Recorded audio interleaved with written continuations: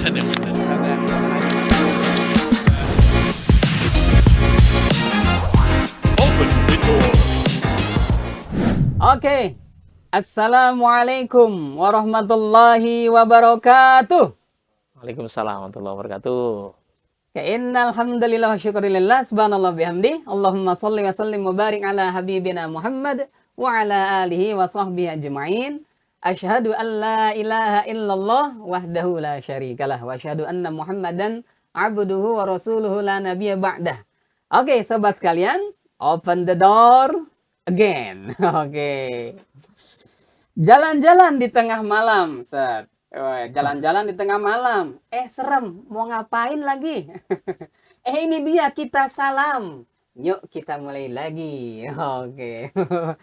Sobat sekalian, di kisah inspiratif di sebuah channel yang luar biasa, IOH Inspiring Channel, yang session kali ini kita akan menengahkan pelajaran-pelajaran untuk kita bisa memahami nilai-nilai Islam lewat kisah inspiratif dari tokoh-tokoh yang luar biasa. Oke, kali ini kita kedatangan seorang ustadz muda, seorang dai muda. Beliau juga seorang konsultan. Sobat sekalian, beliau ini seorang konsultan pengembangan diri, keluarga, SDM, dan organisasi. Wow, usianya masih muda nih, kelihatan ganteng kan? Meskipun tidak seganteng saya, maaf ya. Bercanda. Oke, sobat sekalian. Apa nih yang akan kita simak untuk kali ini ya? Tentunya sobat sekalian akan bertanya-tanya gitu ya. Karena kisah inspiratif yang keren kita akan hadirkan kembali nih. Seperti apa? Oke, pertama kita sedikit taruh dulu ya ke narasumber kita. Beliau ini adalah saya kenalin aja Ustaz ya. Oke. Beliau ini Al-Ustadzul Kiram, Al-Ustadz Reza Miladi Fauzan. Beliau ini seorang, tadi udah disampaikan, seorang ustadz, seorang dai muda, seorang konsultan. Ya, insya Allah luar biasa nih. Tentunya usia ustadz ini sekarang sekitar 42 sekarang Ustadz ya? Baru 42. Oh, baru 42. Baru 42. Jadi kalau slow usia kenabian tuh 40 tahun. Jadi beliau 42, jadi 2 tahun setelah usia kenabian. Tentunya memiliki satu atau banyak sekali kisah yang luar biasa, yang inspiratif. Nah, kita mau Ustadz Reza ini menyampaikan paling tidak satu atau ya secuil kisah yang inspiratif, Ustadz. Nah, ya sebelumnya Ustadz kenalan dulu deh sedikit, setelah itu langsung to the point, Ustadz. Kisah inspiratifnya apa? Supaya sobat-sobat sekalian ini bisa dapat pelajaran dari kisah yang menarik, Ustadz, dari para tokoh dai muda, para ustadz muda gitu, Ustadz. Ustadz. Oke, baik. Bismillahirrahmanirrahim. Assalamualaikum warahmatullahi wabarakatuh. Waalaikumsalam. Alhamdulillah pada siang hari ini ya kita bisa silaturahim di podcast IOH Inspiring Channel. Mudah-mudahan open the door. Bukan kelas, nah, open kita. Oke, lanjut Ustaz. Oke, mudah-mudahan Ramadan kita kali ini ya lebih baik dibandingkan dengan Ramadan sebelumnya. Amin. Baik. Allah. Kalau saya mau cerita tentang kisah pribadi ya. Kisah pribadi yang menurut saya paling berkesan, paling inspiratif, dan bahkan ini bisa menjadi inspirasi untuk anak-anak saya juga. Gitu, yaitu peristiwa ini terjadi 16 tahun yang lalu lah. Di Ramadan juga. Jadi Ramadan itu memang ada buahnya lah gitu ya. Jadi sekarang ini Ramadan ya, sobat sekalian. Kita ini sekarang ini lagi hari keempat. Hari keempat Ramadan tahun 2024. 1444 ya? 45. 1445. Kalau Ustaz. Jadi kisahnya tuh 16 tahun lalu saya sempat diamanahkan menjadi imam ya. Imam Qiyamul Lail lah. 16 tahun yang lalu ya? Ya. Imam Qiyamul Lail di salah satu masjid di komplek di Kebon Jeruk. Lalu kemudian setiap malam saya mimpin Imam Qiyamul Lail. Lalu di malam yang terakhir ya, di malam ke-29 itu Waktu itu masih jomblo kan, 16 tahun lalu masih jomblo. Berarti usia berapa Ustaz? 16 tahun lalu. 42 kurang Sekitar 16. 25 tahun lah. 25-an ya. 25-an Masih lah. jomblo Ustaz ya. Sedikit telat sih sebenarnya. Kalau Anda Ustaz usia 21 proses nikah Ustaz. Jadi nikah umur 22. Oh, kemarin lebih dasar lagi usia 19 tuh ada narasumber kita usia 19 tahun udah nikah. Itu soal nyali itu. Soal nyali. Oke, tapi kisah luar biasa ini insyaallah ya. Boleh Ustaz, lanjut. Jadi waktu itu di akhir Ramadan tuh tiba-tiba saja kemudian kok kepikir kayaknya udah waktunya nikah. Sudah waktunya nikah gitu. Saya nggak tahu kenapa tiba-tiba kok terinspirasi untuk kemudian sudah waktunya sepertinya menikah. Lalu kemudian besok harinya tuh H-1, H-2 Lebaran itu lalu saya titip ke ibu saya gitu. Saya punya uang 1 juta waktu itu. Saya titip, "Bah, tolong beliin cincin dong 5 gram." Oh, dulu 1 juta bisa 5 gram 5 ya. gram. Sekarang kan 1 udah gram. 1 gram kan. Lebih dikit. 5 gram. Dulu bisa 5 gram, Masya Allah. Iya. Oke, Ustaz. Lalu kemudian ya doain aja Mas, siapa tahu gitu kan, kalau ada jodoh kan udah ada pegangan. Terus ibu saya cuma bilang amin. Jadi walaupun katakanlah doa cuma selintas gitu aja, ketika ibu kita bilang amin, doain. Nah hari itu berangkatlah kemudian ibu saya ke pasar Tanah Abang tuh beli cincinnya di salah satu langganan tempat di mana beliau biasa beli perhiasan. Nah di hari yang sama kawan saya telepon tuh jam 9 pagi, "Za, bisa ketemuan nggak? Ada apa? Ada masalah organisasi kita nih yang harus dipecahkan dan posisi kamu sebagai ketua departemen harus bertanggung jawab atas peristiwa ini." Ayo, saya siap ketemu gitu. Saya pikir ada apa gitu ya. Nah ternyata pada saat ketemu nggak tahu ceritanya begini, tenang aja, urusan organisasi sudah selesai. Ada urusan yang kedua nih, kenapa?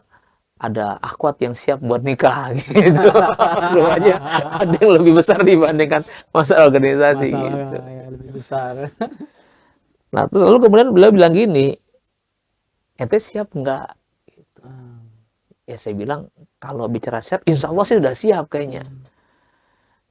Ini padahal cincin belum diterima nih, belum diterima oleh saya tuh. Tiba-tiba belum ada cincinnya tuh, baru on the way. On the way lagi ke pasar Abang. Allah langsung proses ya. Langsung on the way tadi itu. Nah, lalu kemudian ya saya bilang, tapi saya tidak punya istitoah yang memadai. Saya tidak punya kemampuan yang memadai. Yang pertama, saya sebutin tuh saya punya aset tuh. Saya punya aset kurang lebih 300-an buku lah. Jadi kalau saya punya uang beli buku, uang beli buku, uang beli buku. Gitu. Jadi aset utama yang saya punya itu adalah buku. Jadi saya punya koleksi 300-an buku pada waktu itu. Harta yang paling... Iya, yang paling berharga itu adalah buku waktu itu. Jadi kalau beli buku tuh, beli skoper. Ngomong masalah nikah, buku yang diomongin. Yang kedua punya komputer yang CPU-nya itu kalau nggak salah Pentium 2 ya, yang flash disk aja nggak masuk. Jemput mana itu? Jemputan. Dan kemudian yang ketiga, saya hanya punya uang di rekening saya waktu itu hanya 600.000 rupiah. 600.000. Ya. Terus saya bilang ke kawan saya, kira-kira cukup nggak? Terus kawan saya bilang begini, tenang aja Sa, kalau segini mah udah lebih dari cukup. Kenapa? Dulu guru ngaji saya nikah segini cukup. Saya bilang, guru ngaji ente nikahnya tahun berapa? Beda nilai Indonesia itu uang ya. Jauh. Ini belum ketahuan nih nikahnya sama siapa nih. Belum ketahuan nikahnya sama siapa. Itu cuma untuk diagnostik aja gitu kan ya. Siap nggak? Gitu. Nah pas malam takbiran saya merenung tuh. Ada satu kalimat di dalam takbiran itu kan sadaqa wa'dah wa nasara 'abdah wa azza jundah. Jadi wa nasara 'abdah itu Allah yang memberikan pertolongan kepada hamba-hambanya, wa azza jundah yang memuliakan junudnya. Pikir saya begitu, nggak mungkin lah Allah tuh merendahkan atau menghinakan saya gitu ya. Ya atas peristiwa ini. Kalau saya bilang poin itu husnuzan. Jadi ketika ada satu peristiwa yang itu excited ya di luar daripada nalar kita, maka respon yang kita mesti berikan itu adalah husnuzan dulu kepada Allah. Mungkin Allah punya cara nih, mungkin Allah punya rencana. apa buat kehidupan kita. Nah, pada saat hari Idul Fitri, ada satu peristiwa yang membuat akhirnya saya tambah yakin tuh. Tambah yakin tuh waktu saat Idul Fitri, saya sholat di masjid dekat rumah. Saya di posisi saf tengah, saf yang kedua. Lalu khutbah Jumatnya bilang begini, khotibnya. Khutbah yang saya ingin sampaikan di kesempatan kali ini adalah tentang bekal keluarga sakinah dan bekal takwa. Saya kaget tuh, mana ada khutbah Idul Fitri itu ngomong tentang bekal keluarga sakinah gitu kan. Idul Fitri ya. Dan bekal Idul Fitri gitu. Dan nggak ngomong soal Ramadan gitu. Kalau ngomong Ramadan, salam-salaman gitu kan, bermaafan itu lumrah. Tiba-tiba kok khutbah Jumat ini, kok topiknya tentang keluarga sakinah dan bekal takwa. Maka seolah-olah ini khutbah tuh buat saya sebenarnya. Spesial. Spesial buat saya karena saya pas di depan khotib tadi itu spesial gitu. Soalnya nasihatin tenang aja.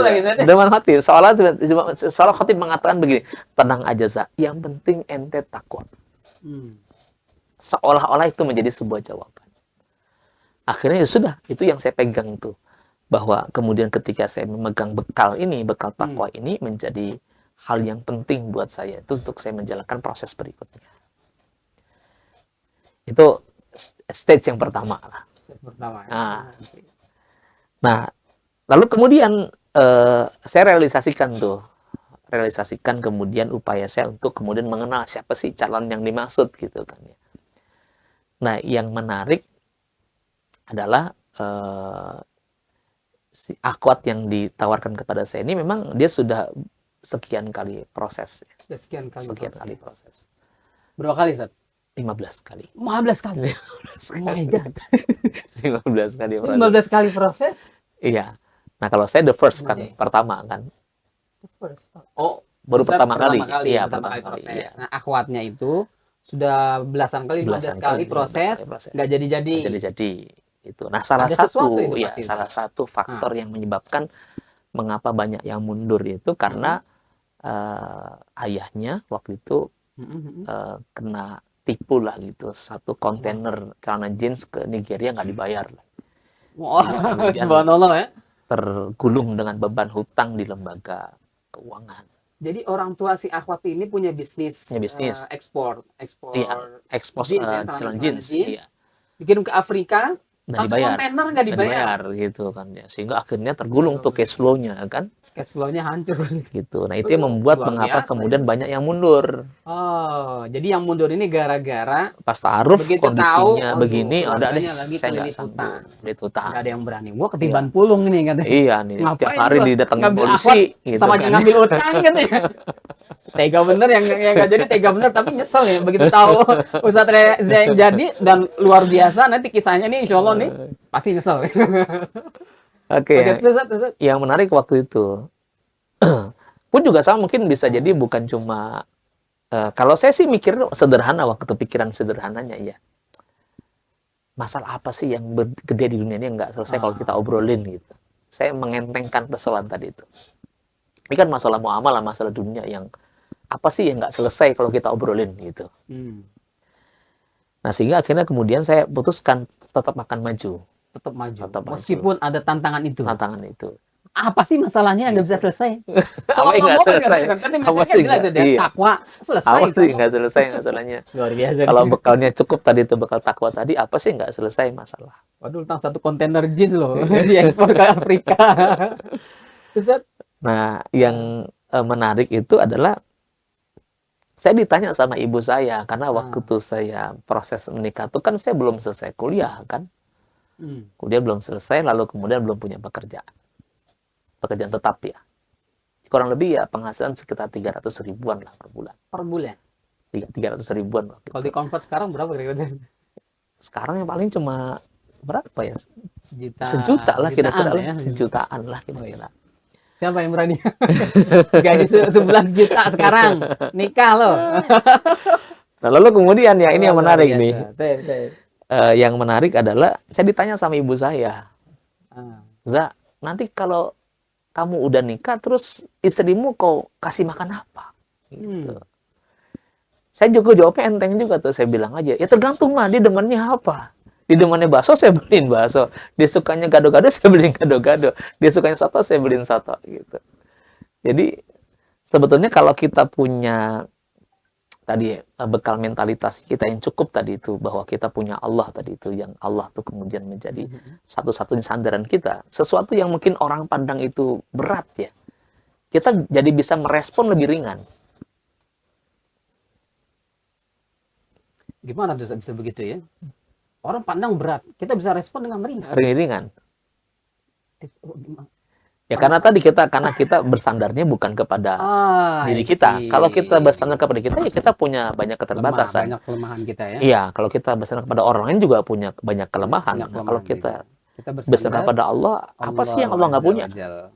Apa sih Allah yang nggak Allah bisa lakukan gitu? Segalanya Allah bisa lakukan. Bahkan kepada hal-hal betul, bahkan kepada hal-hal yang melampaui batas-batas kemustahilan manusia. Nah, lalu kemudian berjalanlah proses nikahnya tadi dan seterusnya. Dan qadarullahnya itu alhamdulillah gitu. Jadi pada saat proses akad nikah, kemudian resepsi, semua berjalan lancar. Kemudian diberikan keberkahan oleh Allah. Dan yang menarik setelah 3 hari menikah itu. Setelah 3 hari menikah. Terus kan biasa kalau tradisi orang Betawi itu kan ngitung gegawan rame-rame tuh. Gitu. Apa gegawan? Gegawan amplop gitu. Gitu amplop rame-rame ya. Iya. Dan ternyata amplopnya tadi itu surplusnya tadi itu cukup untuk membayar semua hutang-hutang ayahnya berikut bunga-bunganya. Jadi ada amplop isi 2 juta, amplop isi 1 juta gitu kan ya. Ini tapi nggak tahu dari mana nih, nggak ada namanya. Gitu kan. Jadi atau ada 2 juta atau ada sekian juta, tapi nggak jelas nih namanya dari siapa. Lalu kemudian harusnya bayar tenda 12 juta, cukup bayar 5 juta saja. Harus bayar catering sekian juta, dikasih diskon sampai separuh harga gitu oleh vendor.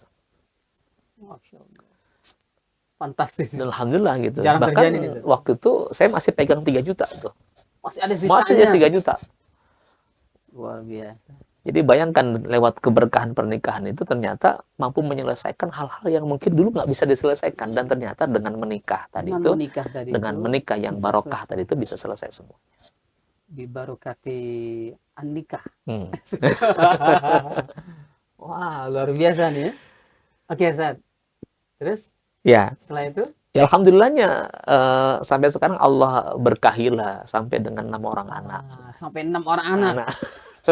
Kabarnya lagi isi juga, Zat. Ya, udah bulannya juga nih, udah harinya juga. Iya, lagi HPL-nya nih mudah-mudahan. Yang keberapa, Zat? Yang ke-6. Oh, ini yang mau ke-6. Ini namanya KB. Keluarga besar. Keluarga besar. Wah, Masya Allah. Oke. Gitu. Nah, Zat, kisahnya sangat menarik sekali ini, menarik sekali ya. Kira-kira dari kisah ini, Zat. Nah, ini ada pantunnya juga, Zat. Oke. Bergerak semangat tanpa isak tangis. Jika tiada guna menangis itu tak boleh. Ini cerita cinta memang keren habis. Oke. Pelajaran berharga harus diperoleh. Nah, Zat, kira-kira Zat dari kisah Ustadz yang luar biasa ini, tadi benang merahnya kan banyak tuh, Zat. Mulai dari perjalanan starting awal, minta dibeliin mas kawin sama emak, ya kan? Terus bagaimana emak mendoakan dan seterusnya, itu poin-poin ibroh dari kisah Ustadz ini apa aja, Zat? Yang kira-kira yang bisa diambil oleh para sobat sekalian untuk menjadi inspirasi mereka, sehingga mereka bisa meniru pelajaran-pelajaran dari poin-poin kisah Ustadz tadi, Zat. Ya, kalau saya akhirnya mendapatkan insight-nya itu adalah ya jangan bersandar kepada makhluk, memang kita mesti bersandar kepada Allah tadi.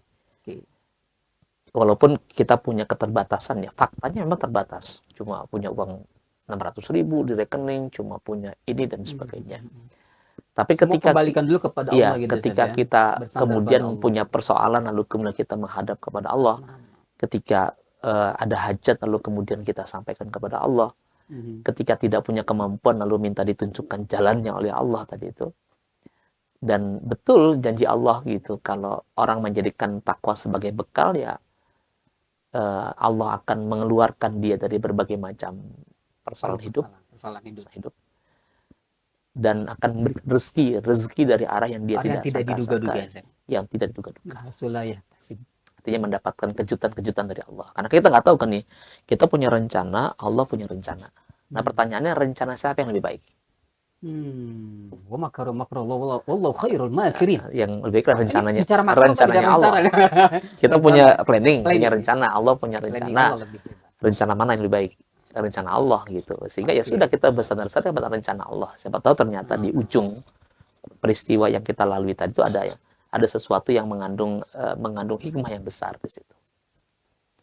Dan hikmah yang besar ini akhirnya saya sampaikan ke anak-anak saya. Saya tularkan kepada anak saya bahwa kalau kalian menikah itu jangan modal cinta.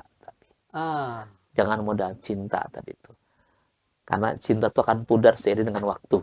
Gitu. Modalnya apa berarti? Modalnya adalah takwa tadi. Takwa. Jadi yang disiapkan itu adalah kesiapan kolbu kita, kesiapan mental kita. Takwa. Karena ketika seseorang itu menikah kan baru mengawali satu episode baru kan, dan pasti akan ada episode berikutnya. Nah, kalau ini dijadikan sebagai sebaik-baiknya bekal gitu, maka akan menghantarkan kehidupan keluarga tadi menjadi lebih baik. Wow, luar biasa ya sahabat sekalian ya.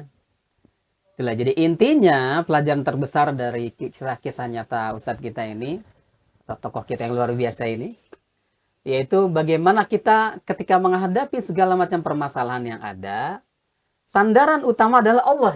Betul. Terus modal yang paling utama untuk semua hal sebenarnya, bukan hanya menikah sebenarnya, yaitu takwa. Ngomong-ngomong ada dalil juga di Ali Imran ayat yang terakhir.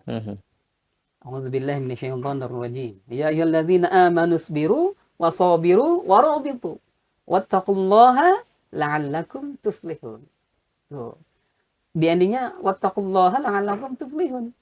Bertakwalah. Pertama sabar dulu ya, kalau ada masalah tuh.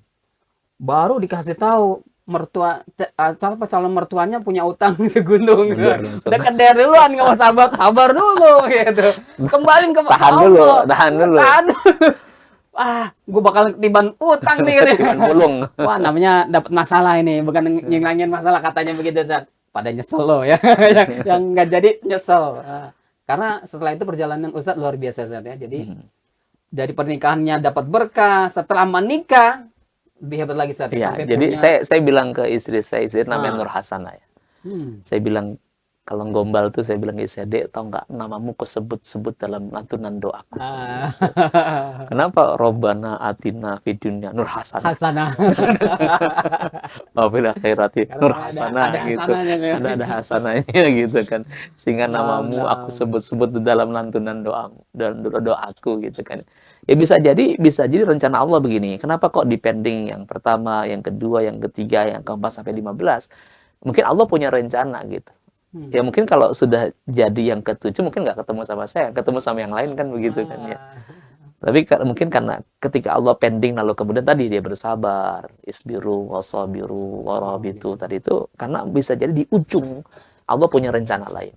Betul. Allah punya rencana lebih baik lagi. Kalau misalkan dari kata misalkan proses yang pertama, yang kedua, yang ketiga sudah putus asa atau suudzon itu Allah punya apa sih seburuk aku apa sih sampai nggak dapat susah banget dapat jodoh gitu misalnya gitu kan ya. Ya mungkin dia tidak akan mendapatkan buah yang manis nanti di ujung. Ternyata ketemu pangeran gitu setelah bersabar. Oke, luar biasa, Zat. Ibarat orang mau lahiran begitu, ada pembukaan 1, pembukaan 2, pembukaan 3, pembukaan 4 gitu. Kan nggak langsung tiba-tiba langsung brojol kan gitu. Ya di dalam setiap pembukaan tadi itu adalah setiap marhalah tadi itu memang harus ditelatin dengan kesabaran. Oke, sobat sekalian ya. Para pemirsa IWH Inspiring Channel, bisa ditangkap ya pelajaran dari tokoh kita yang luar biasa kali ini ya, terkait dengan masalah modal menuju berbagai macam permasalahan, menghadapi berbagai macam permasalahan. Yang tadi kisah cinta loh ya sobat sekalian. Kisah cinta yang unik, dan memang biasanya tokoh-tokoh yang inspiratif itu biasanya punya pengalaman cinta inspiratif juga. Kali mudah-mudahan kita bisa ambil ibrahnya ya pada sobat sekalian. Ingat, kuatin nilai-nilai takwa. Kembalikan semuanya kepada Allah. Jangan pernah berpikir lemah dan pernah berpikir untuk menyerah ya Ustaz ya. Betul. Jangan. Kembali semuanya kepada Allah dulu. Kembali dulu kepada Allah, baru kita berjuang, berdoa, berikhtiar semaksimal mungkin. Nanti akan Allah kasih yang terbaik. Gitu saja. Insyaallah. Teh Ustaz, burung Irian, burung cendrawasih. Waktu udah habis, cukup sekian dan terima kasih ya Ustaz. Cukup sekian dan terima kasih nih kita sama Ustaz kita nih. Enggak juga ya. Kita insyaallah mudah-mudahan ini kisahnya berkah dan bisa diambil keberkahan pada seluruh sobat sekalian, para pemirsa sekalian ya, bisa ambil ibroh, bisa ambil keberkahan dari kisah ini. Insyaallah Ustaz, sebelumnya jazakallah khair atas waktunya. Amin. Semoga Ustaz diberi kesehatan selalu, umurnya panjang. Amin. Target-target perjuangannya di dalam aktivitas sebagai seorang ustadz, dai muda, sebagai seorang konsultan ini bisa tercapai. Allah buka kemudahan untuk bisa mencapai target-target insyaallah Ustaz. Dan mungkin tadi informasi Ustaz, istri sedang dalam perjalanan akan melahirkan ya. Bukan dalam perjalanan. udah harinya Ustaz ya. Udah hari-harinya nih karena udah 9 bulan ya Ustaz ya. 9 bulan. Yang mudah-mudahan Allah kasih kemudahan dan anak yang ke-6 ini akan menjadi buah hati yang luar biasa bagi Ustadz dan istri, keluarga besarnya, dan juga untuk umat ini. Insyaallah ya. Baik Ustadz, jazakallah khair sekali lagi. Dari kami sekian, and akhirnya open the door and close the door. Open door. Open gimana? Open gini ya. Open the door. Assalamualaikum warahmatullahi wabarakatuh. Open the door.